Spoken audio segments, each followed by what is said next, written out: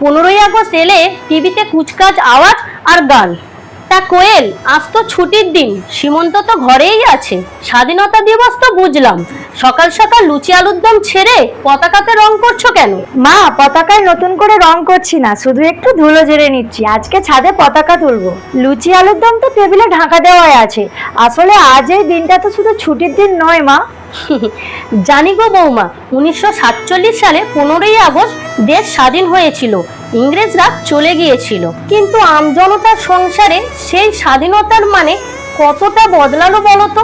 এই তো আমরা মহিলারা সেই হেসেল আর ঘরের চার দেওয়ালের মধ্যেই বন্দী।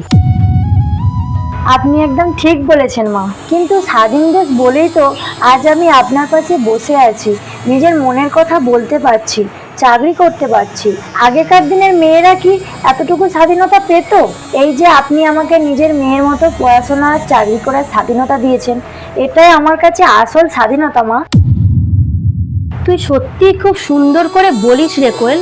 স্বাধীনতা মানে দেশের সীমান্ত পাহারা দেওয়া নয়, পরিবারের একে অপরের ডানা মেলার স্বাধীনতা দেওয়া। একদম মা, দেশ যেমন বীর শহীদদের আত্মত্যাগে স্বাধীন হয়েছে, তেমনি একটা পরিবারও আপনাদের মতো শাশুড়িদের মনের জোরে স্বাধীন ও সুন্দর হয়ে ওঠে।